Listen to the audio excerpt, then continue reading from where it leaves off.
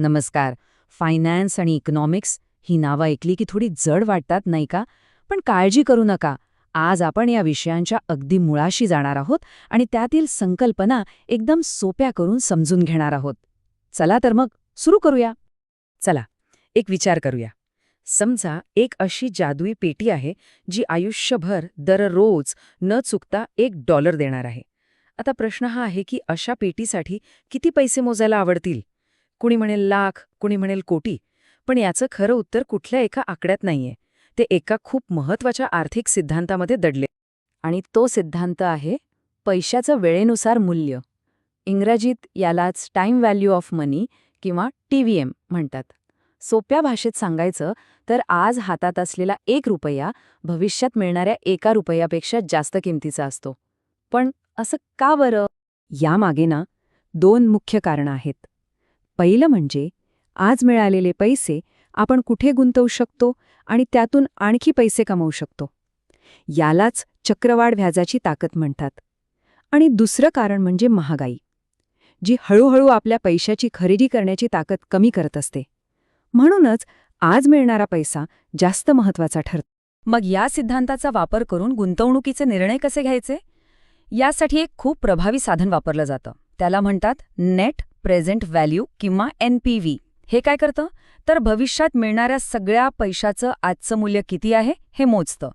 आणि जर हे मूल्य गुंतवणुकीच्या खर्चापेक्षा जास्त असेल, म्हणजेच NPV पॉझिटिव्ह असेल, तर ती गुंतवणूक फायद्याची मानली जाते. चला, एक उदाहरण बघूया. समजा एका वेंडिंग मशीनमध्ये $10,000 गुंतवले आणि अपेक्षा आहे की पुढच्या 4 वर्षात त्यातून एकूण $15,500 मिळतील. वरवर पाहिलं तर $5,500चा फायदा दिसतोय. पण जेव्हा आपण पैशाच्या वेळेनुसार मूल्याचा विचार करतो आणि NPV काढतो, तेव्हा खरा फायदा दिसतो $4,704. आणि महत्वाचं काय?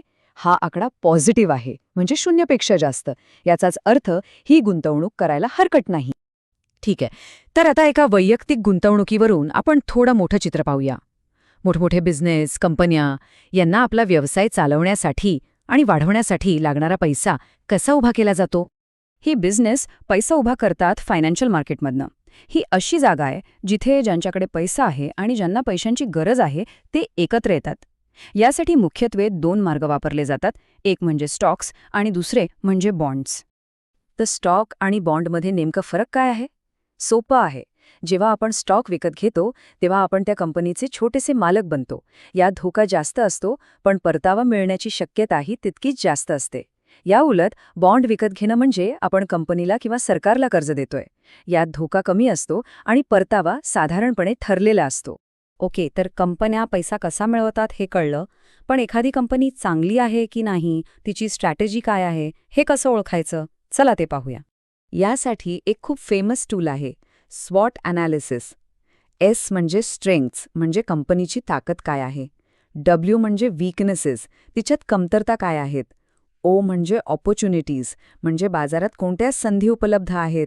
आणि T म्हणजे थ्रेट्स, म्हणजे भविष्यात कोणते धोके असू शकतात. या चौकटीतून कंपनीच्या सद्यस्थितीचं एक स्पष्ट चित्र मिळतं. यानंतर येतात कंपनीचे फायनान्शियल रिपोर्ट कार्ड्स. त्यातला पहिला इन्कम स्टेटमेंट. हा रिपोर्ट काय सांगतो? एका ठराविक काळात, समजा एका वर्षात, कंपनीने किती कमाई केली आणि किती खर्च केला. सोप्या शब्दात कंपनी नफ्यात आहे की तोट्यात हे यातून कळतं. दुसरा रिपोर्ट आहे बॅलन्स शीट. हा म्हणजे कंपनीच्या आर्थिक स्थितीचा एका क्षणाचा फोटो. तो दाखवतो की कंपनीकडे कोणती मालमत्ता म्हणजे ॲसेट्स आहेत आणि तिची देणी म्हणजे लायबिलिटीज किती आहेत. नावाप्रमाणेच इथे दोन्ही बाजूंचा ताळमेळ बसवलेला असतो. आणि तिसरा महत्वाचा रिपोर्ट म्हणजे कॅश फ्लो स्टेटमेंट. कधीकधी असं होतं की कंपनी कागदावर तर नफ्यात दिसते, पण तिच्याकडे प्रत्यक्ष रोख रक्कम नसते. त्यामुळे पैसा नक्की कुठून आला आणि कुठे खर्च झाला याचा सगळा हिशोब आपल्याला ह्या स्टेटमेंटमधून मिळतो. आणि इथे एक गोष्ट लक्षात ठेवली पाहिजे, ही तिन्ही स्टेटमेंट्स म्हणजे इन्कम स्टेटमेंट, बॅलन्स शीट आणि कॅश फ्लो ही एकत्र पाहणं खूप महत्वाचं आहे. हे अगदी आपल्या मेडिकल रिपोर्टसारखं आहे.